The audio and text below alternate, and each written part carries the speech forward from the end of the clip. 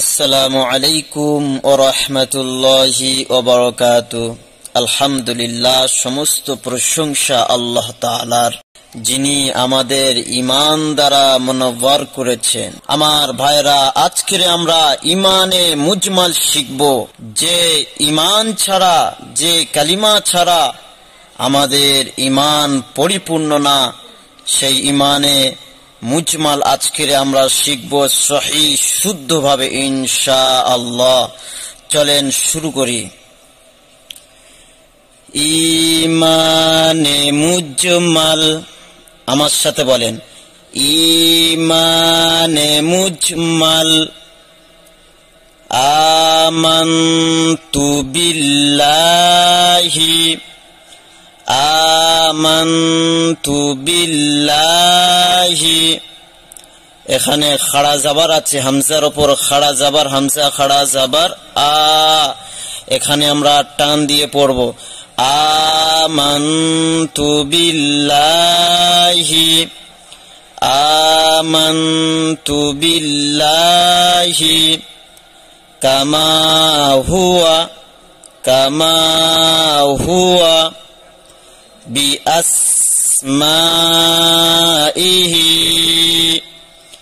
বিআসমাইহি ওয়াসিফাতিহি, ওয়াসিফাতিহি।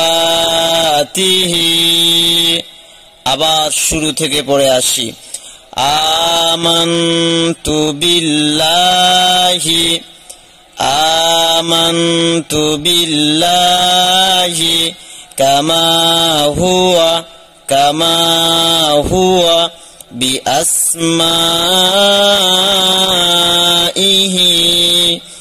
বিআসমাইহি ওয়াসিফাতিহি, ওয়াসিফাতিহি।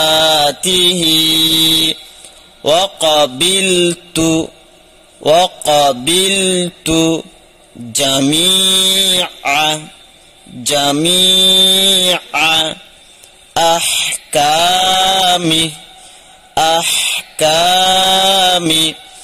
ওয়াকাবিলতু জামিআ আহকামি, ওয়াকাবিলতু জামিআ আহকামি। আবার শুরু থেকে টানটা আমাদের ঠিক রাখতে হবে। সহি পড়ার জন্য সবচেয়ে বড় খেয়াল আমাদের টানের দিকে। আর উচ্চারণ তো আছেই, উচ্চারণ আমাদের ঠিক করে নিতে হবে।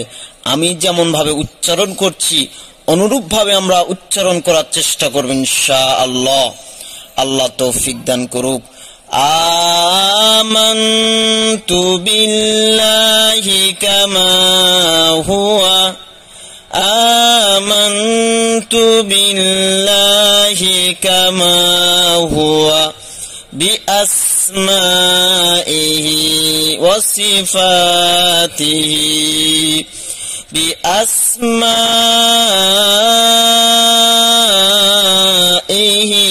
ওয়াসিফাতিহি। দেখেন, বিআস, এখানে বাঁশির আওয়াজ করবেন, তাহলে অক্ষর উচ্চারণ ঠিক হবে। বিআসমাইহি ওয়াসিফাতিহি, বিআসমাইহি ওয়াসিফাতিহি। ওয়াকাবিলতু, ওয়াকাবিলতু, উচ্চারণ ঠিক করবেন।